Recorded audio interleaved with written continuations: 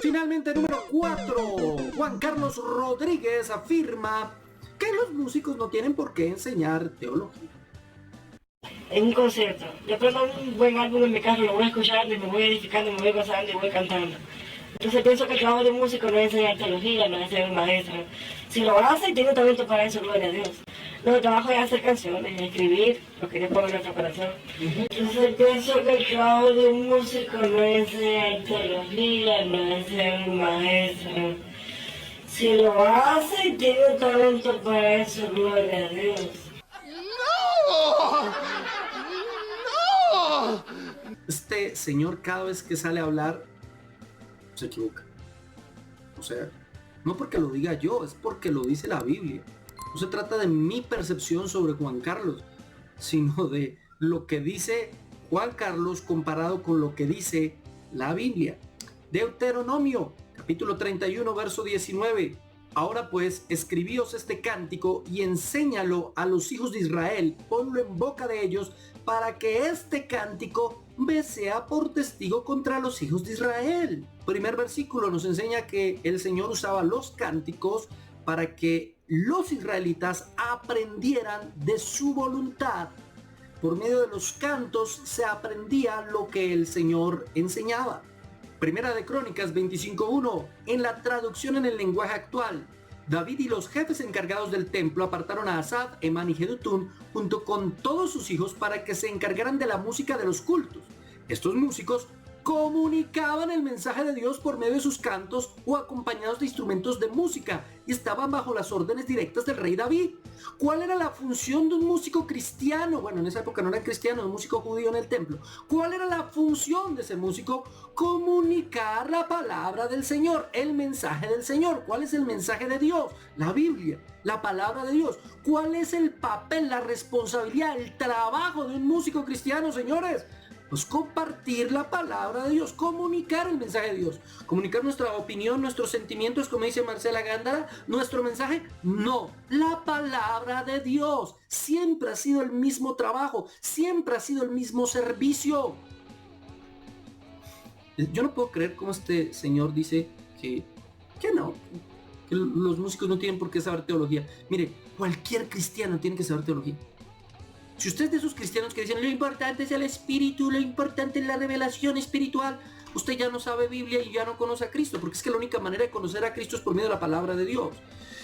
Cuando usted me dice no es que lo importante es el espíritu y yo le pregunto ¿qué es el espíritu? El espíritu es Dios, Dios es espíritu, como dice la Biblia. Ahí usted ya me dijo un concepto teológico, me está hablando por medio de la teología, Señor. Si me dice lo importante no es la teología, lo importante es saber la verdad de la Escritura. ¿Y cuál es la verdad de la Escritura? Que Cristo murió por nosotros en la cruz. Señor, bienvenido a la teología. ¡Eso es teología! ¡Eso es teología! Entonces, se están contradiciendo. Mire, para el señor Rodríguez, para todos sus seguidores, los ministros de alabanza, músicos, cantantes, no son otra cosa que diáconos en la iglesia. Son servidores. El diácono no es solamente el que acomoda a alguien en su silla y le dice bienvenido y le acomoda un lugar. No, es aquel que sirve. Y por lo tanto deben cumplir las mismas reglas que todos los diáconos. Primera a Timoteo capítulo 3, verso 8. Los diáconos deben ser gente respetable. No deben mentir ni beber mucho vino, ni hacer trampa en los negocios. Además, deben creer siempre en todo el mensaje de la buena noticia que Dios nos ha dado y tener la conciencia tranquila. Los diáconos deben creer en todo el mensaje, lo que implica que deben conocer todo el mensaje. No se trata de que un músico no deba saber teología. Se trata de que todo cristiano debe saber teología. Y si yo tengo la responsabilidad de pararme al frente y ministrar, ¿qué voy a ministrar? Si no sé Biblia, si no sé teología, ¿qué voy a ministrar? ¿Cómo de qué? ¿De emociones, de sentimientos, de lo que me nazca? Entonces bájese de ahí. Porque nuestra única función es transmitir la palabra de Dios.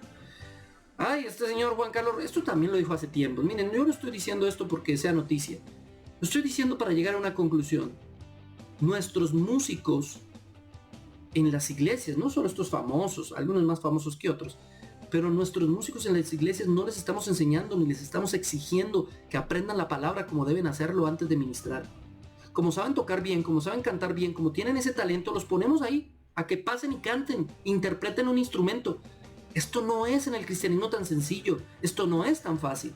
Aquí hay que ser un siervo del Señor, tener un testimonio, cumplir con todos los requisitos del diácono. No es solamente saber cantar bonito o tocar bien. Aquí hay que ser verdadero cristiano, dar fruto digno de arrepentimiento y conocer la palabra de Dios. Porque de lo que tengo es de lo que voy a compartir. Si esas personas no están llenas de la palabra de Dios, entonces ¿qué van a compartir ahí al frente? ¿Covers de otros? Aún peor, esas iglesias que colocan músicos que ni siquiera son cristianos. Los contratan, les pagan a músicos seculares porque son geniales músicos. Y eso sí les sale espectacular y súper bonito. Pero no es eso lo que el Señor nos mandó a hacer. La Biblia nos manda a que todos los que tengamos un papel en la liturgia eclesiástica debemos ser verdaderos nacidos de nuevo. Si en su iglesia hacen eso, se equivocan.